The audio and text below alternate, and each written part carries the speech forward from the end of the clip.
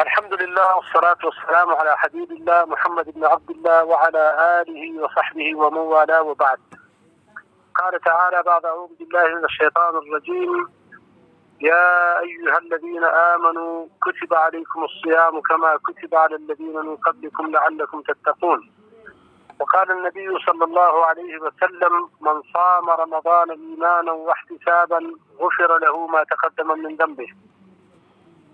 ډېر عزتمندو او قدرمنو اورېدونکو السلام علیکم ورحمت الله وبرکاته. عزتمندو زموږ او ستاسې ورور د رمضان مبارک د روژې میاشتې په باره کې او د روژې نیولو په باره کې پوښتنه کړې وه چې روژه څه ته وایي، څه وخت فرض شوې ده، حکمت او فلسفه د روژې د نیولو څه ده او همداراز ولې دومره ارزښت لري. نو ګرانو او عزتمندو، تاسې ته بهتره معلومه ده او مخلوقاتو کې که راشو زمانې کې یو زمان په بل باندې غوره او بهتره دی. که چېرته راشو ملایکو کې، په ملایکو کې د جبریل علیه السلام او میکائیل علیه السلام مرتبه په نور باندې غوره ده. که ځمکو ته راشو مکه او مدینه ځمکه ده خو په نورو ځمکو باندې غوره ده. همدغه شان د زمانې کې د رمضان مبارک میاشت په نورو میاشتو باندې فضیلت او برکت او غورهوالی لري. دا ځکه چې رمضان مبارک میاشت کې قرآن عظیم الشان چې د انسانانو د هدایت سرچشمه ده الله نازل کړی دی. او په همدغه میاشت کې الله جل جلاله رمضان مبارک میاشت کې روژه په مؤمنانو باندې فرض کړې ده او په نورو میاشتو کې فرض نه ده مګر څوک یې په ځان باندې لازم کړي. په دغه میاشت کې الله جل جلاله د مغفرت یو موسم برابر کړی چې انسانانو ته بخښنه کوي، رحمت کوي او د جهنم د اور نه خلاصوي او شیطانان تړل کېږي. منافقانو دپاره د شرم او د مصیبت میاشت ده، ځکه چې ابو هریره رضی الله عنه فرمایي چې رسول الله صلی الله علیه وسلم فرمایلي: اظلکم شهرکم هذا بمحلوف رسول الله صلی الله علیه وسلم ما مر بالمسلمين شهر خير لهم منه ولا مر بالمنافقين شهر شر لهم منه.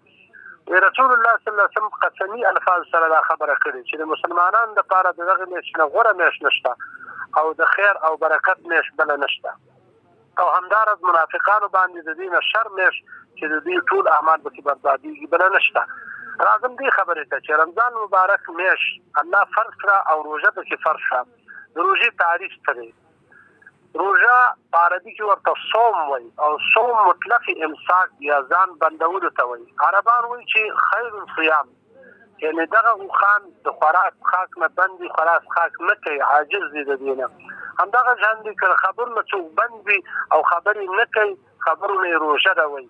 لکه کله چې مریم علیه السلام ته د وخت خلکو وویلې چې ته ولې دا بدکاري دې وکړه، عیسی علیه السلام د پلار نه بغیر پیدا شو، هغې ویل: اني نذرت للرحمن فلن اکلم اليوم انسیا، اني نذرت للرحمن صوما فلن اکلم اليوم انسیا. ما روژه نیولې ده، یعنې خبرې به نه کوم د چا سره. نو مطلق ځان بندول د خوراک څښاک د مزل او د خبرو اترو نه. خو د شریعت په اصطلاح کې هو الامساک عن المفطرات ثلاثه نهارا بنیة، د ورځې په مهال د 3 شیانو نه ځان بندول، د خوراک څښاک او د جنسي شهواني غریزې د اشباع نه ځان بندول، خو بنیة د عبادت په نیت، یعنې د خوراک څښاک او جنسي مباشرت نه ځان بندول د ورځې په مهال د عبادت په نیت دې ته روژه وایي. د روژې حکمت اصل څه دی، فلسفه یې څه ده؟ روژه وایي زکات النفس، د نفس زکات دی، د انسان د بدن زکات دی، یو په معنا د پاکوالي چې دا د هر قسمه د اخلاقۍ نه پاکوي او بل لارې چې د شیطان لارې پکې بندوي.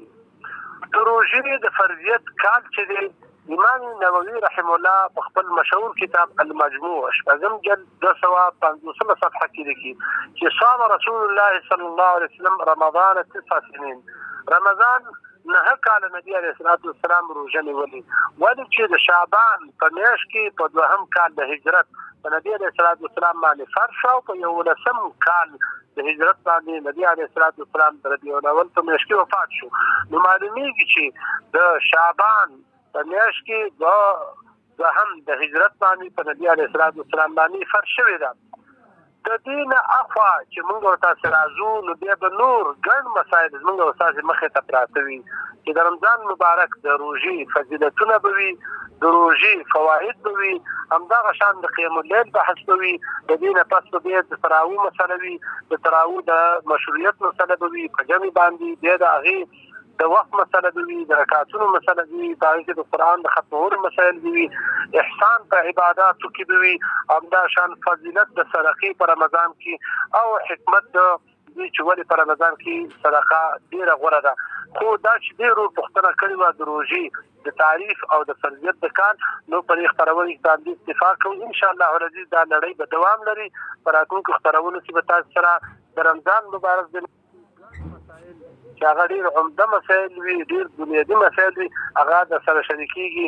وقفه په وقفه سره انشاءالله روزانه یو بحث تاسو سره موجود وي. ځان له ځان سپارم. والسلام علیکم.